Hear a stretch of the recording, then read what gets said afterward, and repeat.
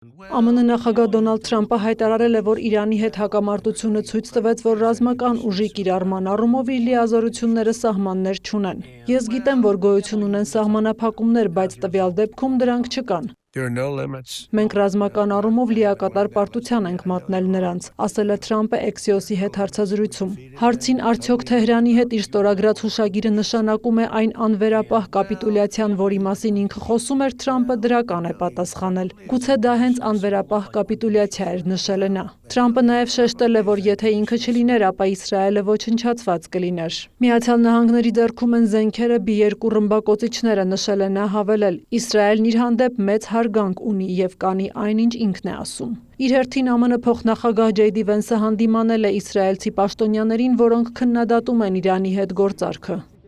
Ես երկու ուղերձ ունեմ նրանց։ Առաջին, Դոնալդ Թրամփն ամբողջ աշխարհում միակ ղեկավարն է, որ այս պահին համակրում է Իսրայելին, եւ այնպես է ստացվել, որ նա աշխարհի գերտերության ղեկավարն է։ Եթե ես լինեի Իսրայելի կառավարության կաբինետում, գուցե չհարձակվեի աշխարհում իմ ունեցած միակ հզոր դաշնակցի վրա։ Եվ երկրորդ ուղերձը, որ ես կուղեի այդ կաբինետի որոշ անդամների, այն է, որ վերջին 3 ամսվա ընթացքում ձեր հայրենիքը պաշտպանող պաշտպանական զենքի 2/3-ը ստեղծվել է ամերիկացիների ձեռքերով, եւ դրա համար վճարվել է ամերիկացի հարկատուների դոլարներով։ Իսրայելի խնդիրը Դոնալդ Թրամփը չէ, եւ Իսրայելում ցանկացած մեկը, ով կարծում է, որ իր ամենամեծ խնդիրը Միացյալ Նահանգների նախագահն է, պետք է արթնանա եւ տեսնի այն իրականությունը, որում գտնվում է իր երկիրը։ Վենսը հայտարարել է, որ արդեն սկսվել է 60-օրյա ժամանակահատվածը, որի ընթացքում Վաշինգտոնը եւ Թեհրանը պետք է վերջնական համաձայնության հասնեն։ Նրա խոսքով ԱՄՆ-ն կատարում է համաձայնագրի իր մասը եւ արդեն տասնյակից ավելի նավերի թույլ է տվել անցնել Հորմուզի նեղուցով։ ԱՄՆ զինված ուժերի կենտրոնական հրամանատարությունը հաստատել է սա։ Այսօր ամերիկյան ուժերը հանել են շրջափակումը իրանական նավահանգիստներ եւ ափամերձ տարածքներ մտնող եւ այնտեղից դուրս եկող ծովային երթևեկության համար, համաձայն նախագահի հրահանգի։ Մեր հզոր ռազմածովային նավերը կմնան ընդհանուր տարածքում, համոզվելու, որ համաձայնագրի բոլոր դրույթները պահպանվում են եւ լիովին ուժի մեջ են։ Իրանի գերագույն առաջնորդ Մոջթաբա Խամենեին էլ հայտարարություն է տարածել, նշելով, որ սկզբունքորեն այլ տեսակետ է ունեցել հուշագրի վերաբերյալ, սակայն հիմնվել է նախագահ Մասուդ Փեզեշկյանի ստանձնած պարտավորության վրա եւ թույլատրել փաստաթղթի կնքումը։ Նա նաև հստակորեն նշեց, որ եթե ամերիկյան կողմը փորձի չափազանց մեծ պահանջներ ներկայացնել, դրանք չեն ընդունվի։ Այս փուլին հասնելու ընթացքում պատասխանատու պաշտոնյաները անկեղծ մտահոգությունից եւ բարի կամքից ելնելով մեծ ջանքեր են գործադրել եւ իհարկե Միացյալ Նահանգների նախագահն էր, որ հուսահատությունից դրդված օգտագործեց բոլոր տեսակի լծակները սրան հասնելու համար։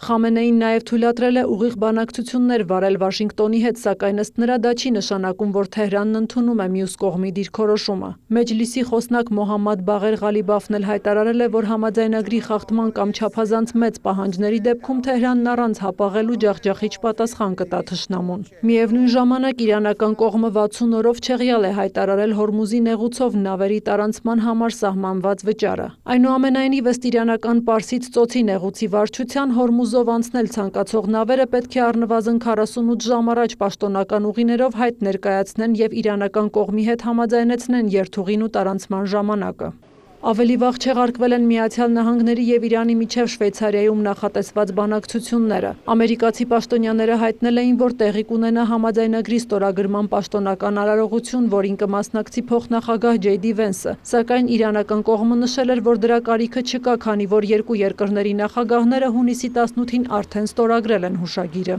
Ըստ տարբեր հրապարակումների, բանակցությունների համար Իրանը խնդրել է երաշխիքներ տրամադրել Լիբանանում ռազմական գործողությունների ավարտի մասին։ Միևնույն ժամանակ վարչապետ Բենյամին Նեթանյահուն հայտարարել է, որ Իսրայելը կմնա Լիբանանի հարավի անվտանգության գոտում այնքան ժամանակ, որքան անհրաժեշտ կլինի երկրի հյուսիսային բնակավայրերի պաշտպանության համար։ Նա շեշտել է, Իսրայելը չի հանդուրժի հարձակումներ իր զինվորների կամ տարածքի վրա եւ միջոցներ կձեռնարկի կանխելու ցանկացած սպառնալիք։ Պաշտպանության նախարարի եւ բանակի գլխավոր շտաբի պետի հետ Նեթանյահուն քննարկել է Հզբոլահի հետ հարվածների վերջին փոխանակումը։ Իսրայելական ուժերը հարվածել են շարժման 80 թիրախի, ոչնչացրել տասնյակ զինյալների։ Լիբանանը հայտնել է շուրջ 20 զոհի մասին։ Հզբոլահի հարվածներից էլ զոհվել է իսրայելցի 4 զինծառայող։ Շարունակվող ռազմական գործողությունների ֆոնին Ֆրանսիայի նախագահ Էմանուել Մակրոնը հայտարարել է, որ դեռ վաղ է խոսել պատերազմի լիարժեք ավարտի մասին։ Նրա խոսքով 60 օրվա ընթացքում դեռ պետք է որոշվի ինչ քայլեր ձեռնարկել Թեհրանի միջուկային ծրագրի եւ բալիստիկ հրթիռների առումով, եւ արդյոք Իրանն ավելի քիչ վտանգավոր է դարձել, քան նախկինում։